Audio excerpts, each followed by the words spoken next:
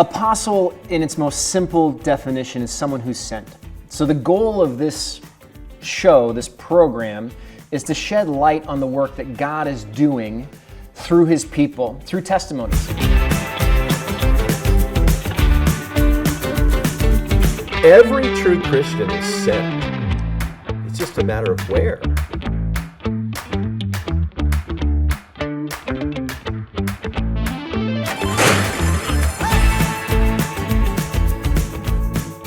Today I have Alberto Matos with me, who is the chaplain at the Saratoga Racetrack.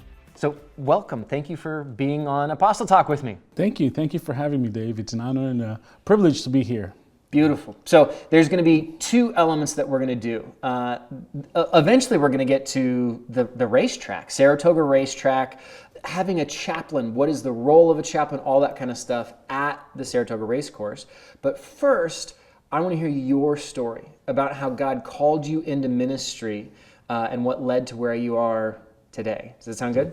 It does. It does. There's a lot. I mean, how much time do you actually have, Dave? So, but my story is actually pretty.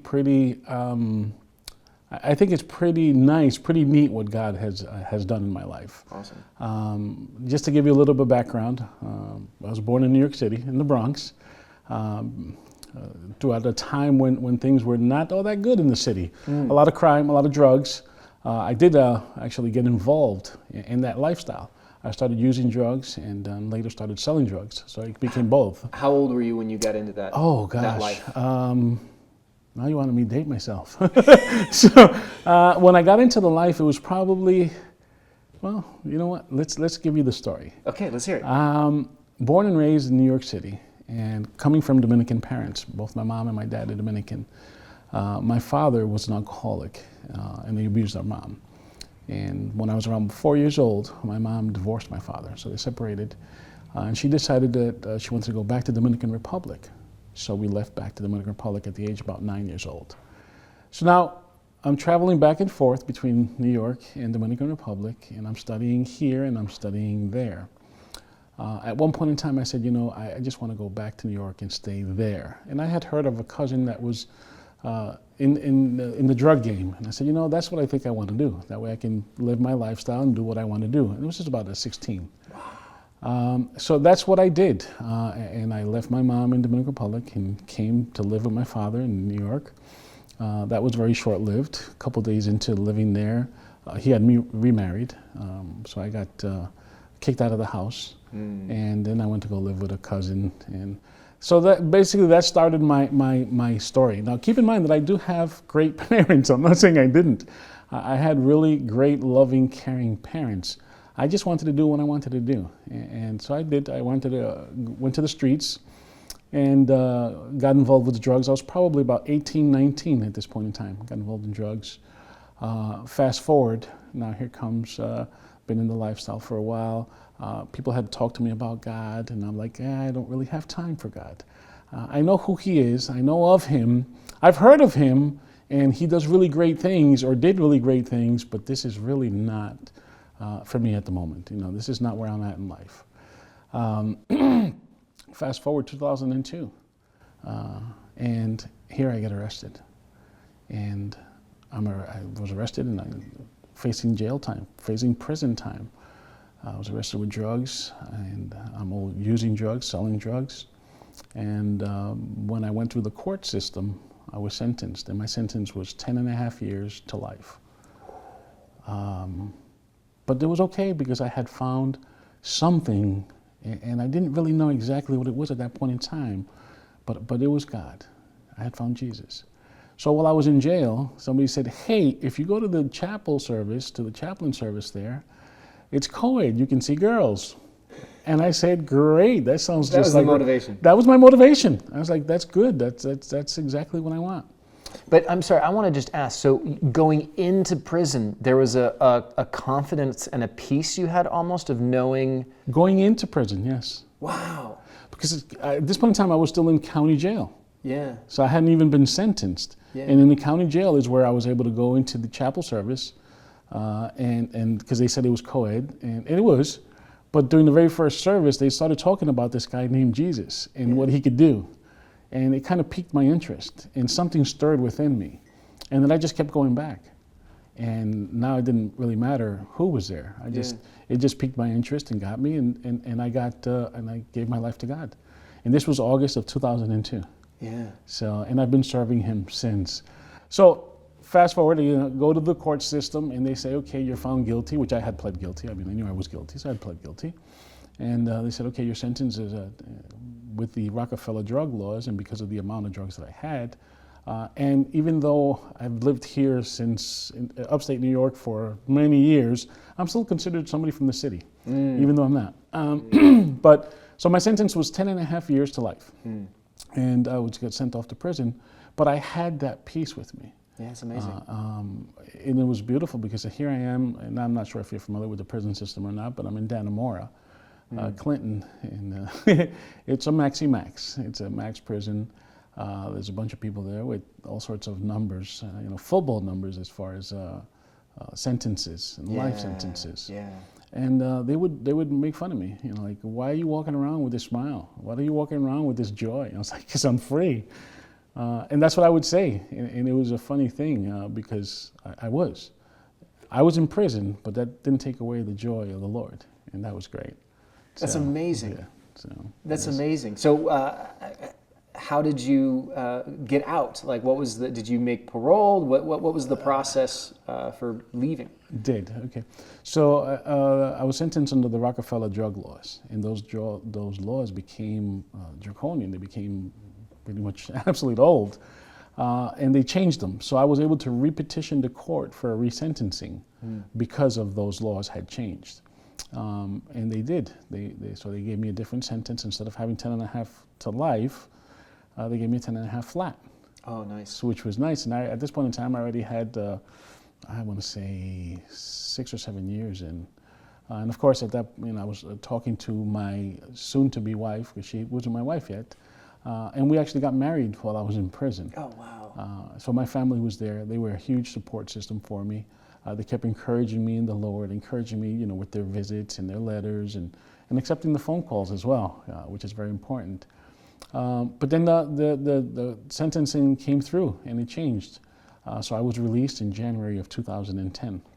So I want to just pause real quick before we continue with the story. Sure. I didn't plan this, but it's just these things happen.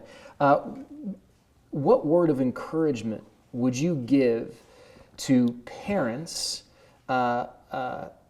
or to somebody who is incarcerated, someone who is in prison or going into prison, whether it's the parents of that person or that individual themselves? Because just listening to this story, there's hope that's there that just permeates through it, which is just awesome. And so many people, I think about from the perspective of your parents or a parent whose son gets convicted and has 10 years to life, and they're just like, oh, what are we going to do with this guy? What word of encouragement would you give? Wow.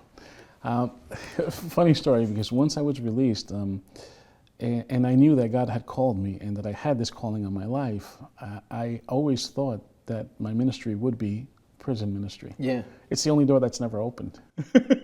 Funny enough. It's the only door that's never opened. But I would definitely say to parents, continue to believe in your child. Continue to pray for them. And I mean pray for them, that God, hang on to God and don't let him go. Just like when Jacob was wrestling with him, hang on to him and believe in that. It's an encouragement. Let them know that they're cared for, that they're loved, that they do mean something and to you and to God. And just don't give up that hope. Don't.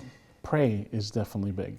It's beautiful. And what about to that person who is going to prison or in prison now? Look for God. I was able with a sentence of 10 and a half years to life, and there was no immediate solution to that. There's no going home. You have life as a sentence, and God filled that void for me. He gave me the joy to be able to walk and know that even though I was in prison, I could still be a productive father, a productive brother, a son. He made me a better person. He made me want to be a better person. Yeah. And it was beautiful because those that were around me also felt it and sensed it.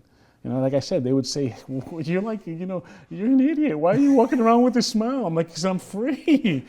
Yeah, I'm behind bars, but that doesn't mean that I'm not free. And I was free. That's beautiful.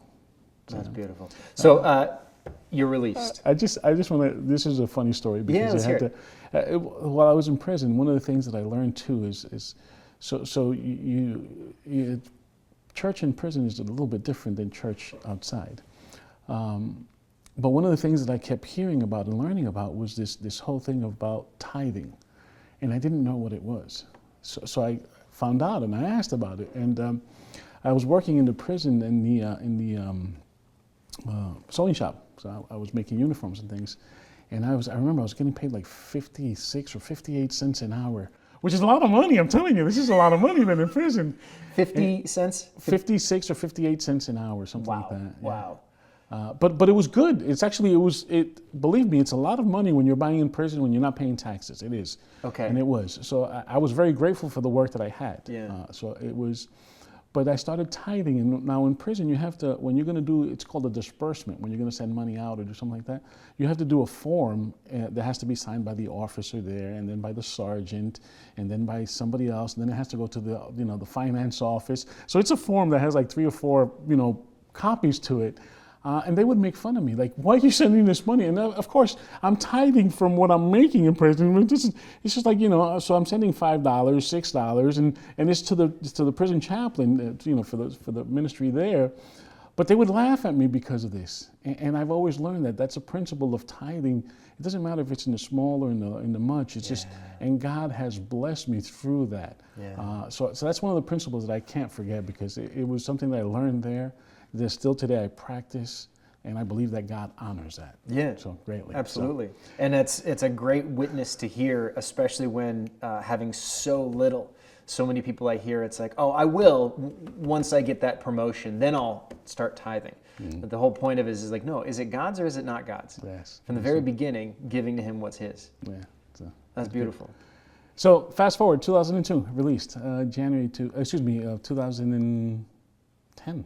Okay. So not that I was counting, but I used to know it was like 8 years, 6 months, 21 days, and something like that I was in prison for. So January 2010, I got released, and my wife was waiting for me, which was a great honor and a blessing to have her. She had located an apartment for us, and we said, okay. So I was going to church in jail, in prison. You're a Christian. You were going to church and coming here. So we need to find somewhere together where we can congregate. So I, old school, but because that's what I knew, I opened up the phone book. We still had those then. So I opened it was this book that had phone numbers in it that you'd flip through to find them. Yeah. Continue. The name of it's actually quite accurate. It is. It's a phone book. So I opened the phone book and I started looking for a church. Now, I didn't want something like downtown. I didn't want something with a lot of people, because I was still coming, where I wanted to be. I don't know. I wanted to have that space. So we found this church, and I don't even remember the name of the church, but it was listed, and it said Gansvoort. And so I called, and I got the times where they're going to be open, and sure enough, so my wife and I got into the vehicle, and we started heading towards this church. And as we're pulling out into Route 50, the pastor calls back and says, hey, wait a minute, are you going to the address listed? And I said, yes. Well, when he called, we pulled into the parking lot of a church called Living Waters Church of God. And I answered the call, and he said, no, wait a minute, the church is not in Gansvoort, that's my home. The church is actually in Milton, which is on the other side of Paulson Spa. Yeah. So we hang up the phone, and my wife and I look at each other and say, wow, look, we're in the parking lot of a church. We see the sign, we see there. It's a Sunday morning right before service. So we decided to pray if that's where God wanted us. Yeah. We walked in the doors of Living Waters Church of God, and pretty much we were there for the whole time until we launched Aguas Vivas, which I'll tell you about shortly. But Pastor Brett Seals was the pastor then there, and we walked in, and from day one, the very first service, we felt like we walked into our Father's house. We just felt welcomed, at ease, loved upon, and it was just a beautiful feeling. Yeah. So, and we stayed there, and actually Pastor Brett started mentoring me. Started discipling me. And in May of that same year, the opportunity came to open up Aguas Vivas, which was the Spanish ministry for living waters. Pastor Brett had spoken to us, and he said, "Yeah, we have this pastor that's going to be coming in. He's going to be doing the Spanish service. His name is Pastor Colon, and we want you guys to help him and just be a part of that." And of course, I was nervous. I was like, "Oh my gosh, what is he expecting here? What is this? I'm not a pastor. I don't know any of this." Yeah. So we did, and that's where Aguas Vivas was launched, and kind of been there. Shortly thereafter, probably a month or two later, we received a message from a lady by the name of June McClanahan. She was the volunteer in charge of volunteers for the Saratoga Race Course and the chaplaincy here in Saratoga. Yeah. And they were needing a Hispanic, Spanish-speaking male to help with their Bible study for males. Okay. So, ting, ting, ting, it must have been in the newspaper or something that they saw that that Living Waters now had a Spanish ministry. So they contacted us, and there I went. So I've been with the Saratoga Race Course. I started as a volunteer in 2010. Yeah. And it's worked out beautifully. When we first started there, we did the Bible study for men, all two of us. That's what it was. We had one gentleman that would come consistently, another gentleman, and myself. And as the years started growing, one of the things that I learned through the chaplaincy and being at the race course is that this is like a world within its own self. Explain that to me. So explain that, and then explain all the different elements that the chaplaincy does at the race course. Okay, it's a world within a world because it's a different.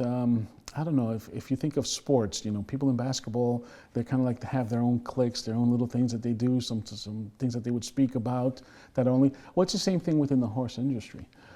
These men, being jockeys, being exercise riders, grooms, trainers. Yeah. It's a world within its own. And then the Saratoga Race Course is not unique in this sense, but it's very unique, and it is where they also house a lot of the workers there.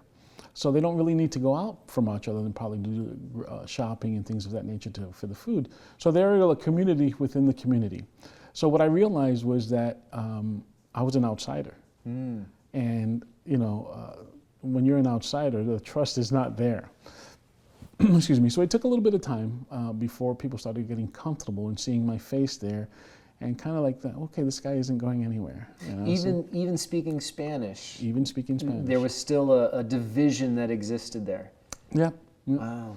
Because I was an outsider. Yeah. I didn't know the lingo. I didn't know the language. I didn't know what filiar or some of these things that and basically it means to feed. You go fill. To do the hot walking, and so I didn't know any of these terms, and I didn't know the lingo, and I didn't look the part either. So, I wasn't there with the. So that it took a little bit of time, but once they started seeing my face on a regular basis, and they started associating me with God.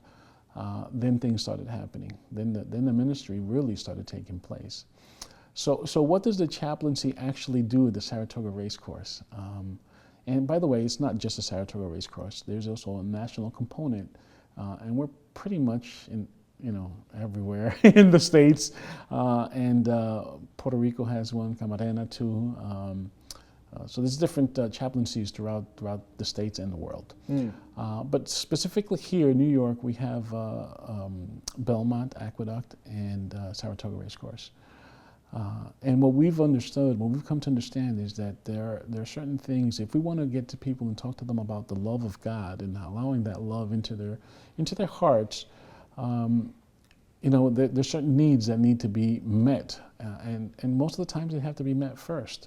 Mm. Because if you're hungry, and I'm going to talk to you about God, the pangs going in, that little motorcycle rumbling in your stomach is not going to let you hear me. And I'm not saying that that's the need at the moment, so please don't misunderstand. What I am saying is that there are needs that need to be met, and a lot of them are spiritual, but we kind of put other things in the way sometimes of what they are. Mm. So we kind of come along, and it's just basically doing life together. And we talk to everybody from the front side to the back side, administration, security, even gas. Explain that front side to the back side, because not everyone understands the back lingo stretch. now. Yeah, exactly. I'm not from Saratoga. I moved here in 2009, and I'm still learning all the different elements with the equestrian lifestyle and horse racing. And it is amazing coming from the West Coast just how Saratoga is all about the Saratoga Race Course. And so what's the back stretch, the front side, the back side, that kind of thing? Okay. So the back stretch is what they call on the backside. It's where the employees are, where the grooms, the hot walkers, where the stables are, and the front side is where the administrative offices are, and that. So that's kind of like the difference between those.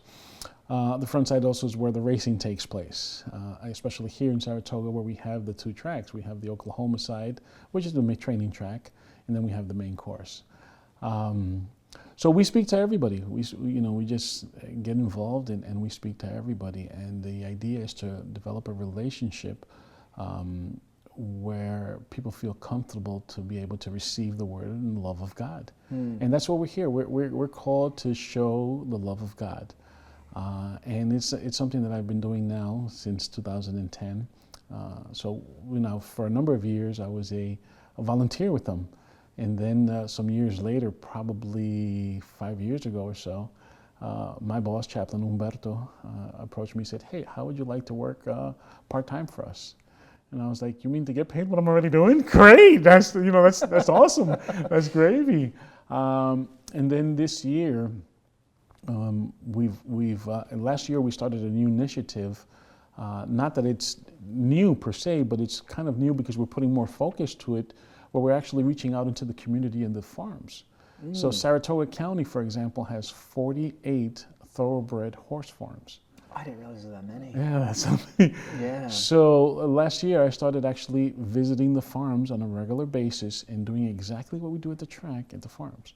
Doing life together. How can we come along? Oh, one of your children needs an eye dentist appointment, dentist appointment. Go to the school and speak with the counselors in time. Whatever it is, and we're there. We do it because we understand that it's a partnership. It's about being together, one body. Doing life together. Yeah, it's one body. We're one body. So for those people who aren't near the track or aren't exposed to it, what sort of activities and things would you say during the track season that you find yourself doing as the chaplain for Saratoga Race Course? Okay. I have to ask you, because season to me means one thing that sometimes does not mean the same to others. Well, explain what it means to you. Okay, so season to me means when we open, which would be April 15th. Even though I'm here year round and I actually visit the farms and we have 30 plus local families here, when the track actually opens April 15th, that's to me season. Yeah. And we don't close till the middle or late October. Okay. So that's season. Now racing season is a little different, and actually this year is going to be even more different because we have the Belmont Stakes here, which is going to be the first weekend in June. And then we have what's called the July 4th Festival with the Stars and Stripes race, which is the July 4th. And then our regular racing season opens July 10th, and that goes till September 1st. So you see the seasons there. There's a lot of different seasons. Yeah. So some of the things that we do in season, opening now in April 15th, so I believe April 21st is going to be our soft opening for the services. Every Monday night we hold a service. And we do this kind of like the old school way. What do you mean? We would get together actually and have a meal together first. So we come and we just fellowship. Hey, how are you doing? How are the kids? How's Maria? Tell me about Pepe. It's just we're a family. So let's be a family. Yeah. So we come together and we actually have a meal, and then from there we go into worship, and then the ministry is beautiful because we can call it twice fed. We do the physical, and then we do the spiritual food. Yeah. So we go into worship and then we give them God's word. Yeah. And so that's on Monday night, but we're there on every day. Some of the things that we can take place is there's all sorts of things that are going on. For example, taxes is one of those. We don't directly get involved in helping with that, but we help them with, okay, we can go to LifeWorks or we can go to this. There's agencies that also help. So we kind of help navigating those and directing them there. Connections. just recently here, within the last month, I took a gentleman to his swearing in and that was a beautiful moment. That was To be a citizen. Yes, Yeah. yes. Within the last couple of weeks, I just took a young lady to a dental appointment. And while she was with the dentist, I was babysitting her, 2-year-old daughter. Yeah. So it is That's really doing exactly, life. it's doing life together.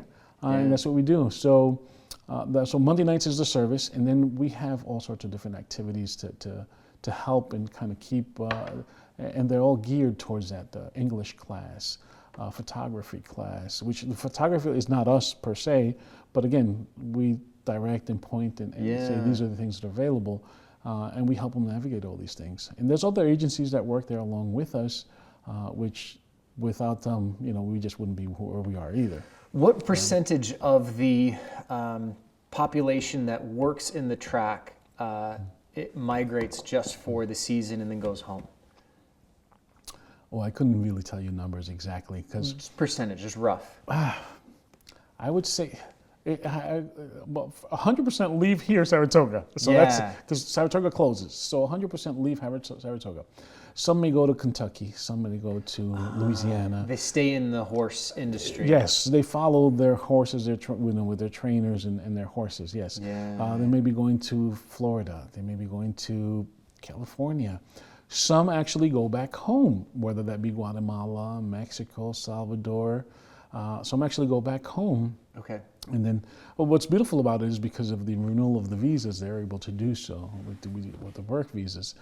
So some they take the opportunity and go home, go visit their parents, go visit their kids or family, or maybe take a couple, 3 dozen boxes worth of stuff back home. So yeah. So that's a beautiful thing that you can do that as well. Man, it really is a lifestyle. It is a life in the horse industry that they live and breathe it. Yeah.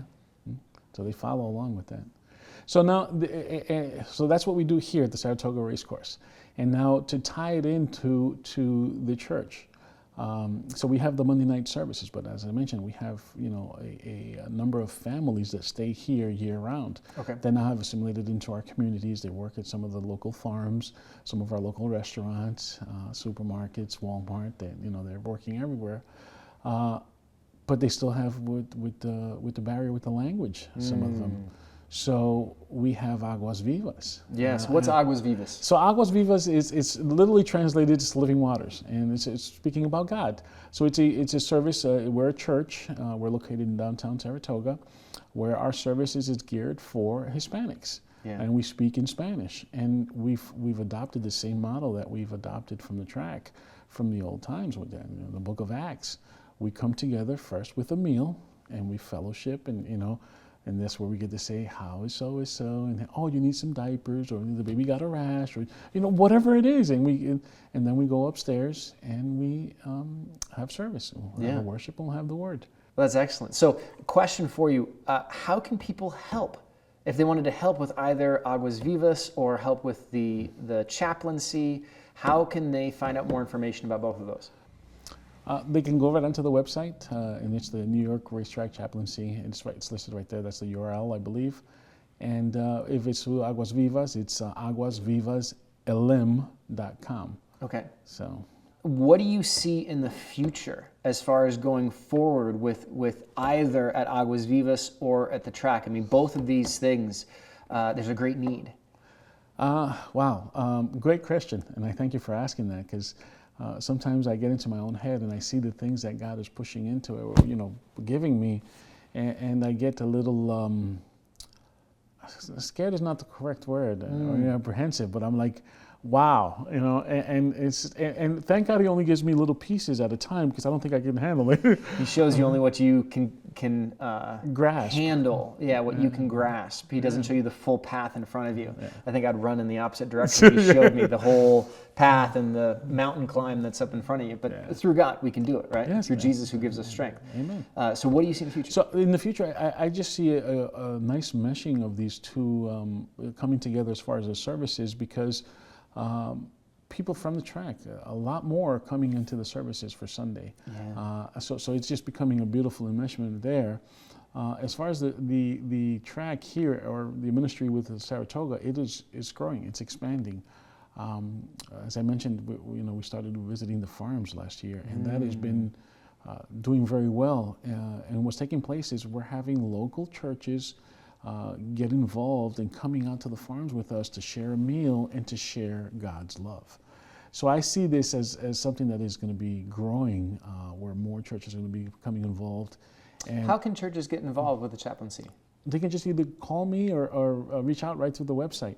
My phone number is 518-723-5300. There it is. It's my cell phone. You will get me directly, and you can get involved. You can help that way. That was my first exposure to the chaplaincy, was actually the church that I was attending prepared a meal for one of the evenings during the track season when the track was actually open. And I got to come and just be there, and I think we did barbecue of some sort, and so I was behind scooping beans for all these people, and it was amazing. Having lived the different places that I have, Saratoga doesn't seem that diverse to me.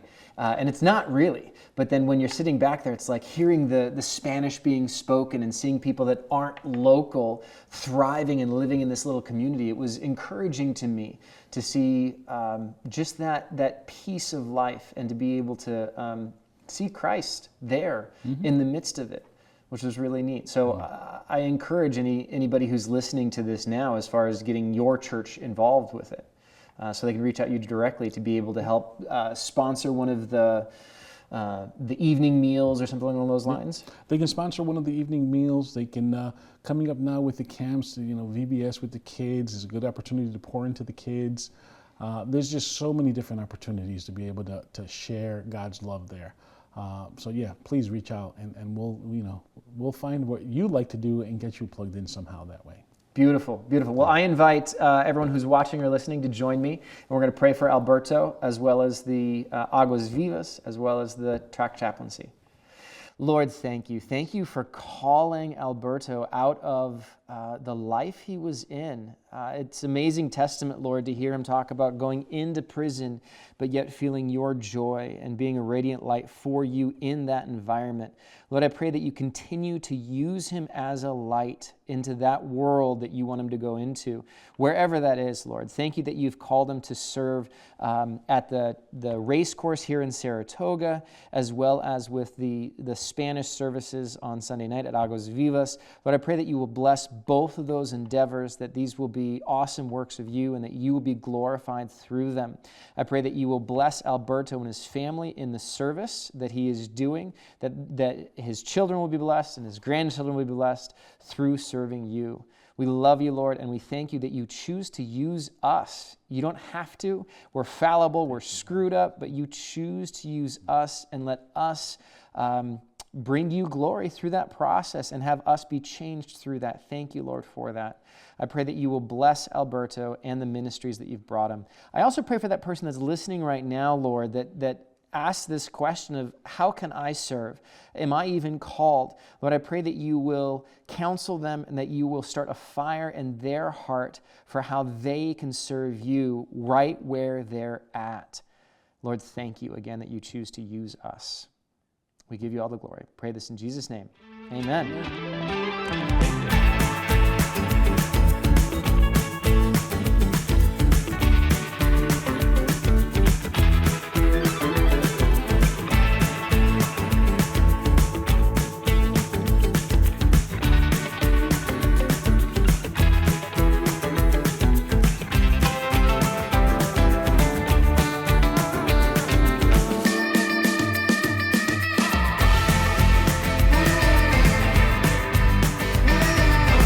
This has been a production of Iron Sheep Ministries.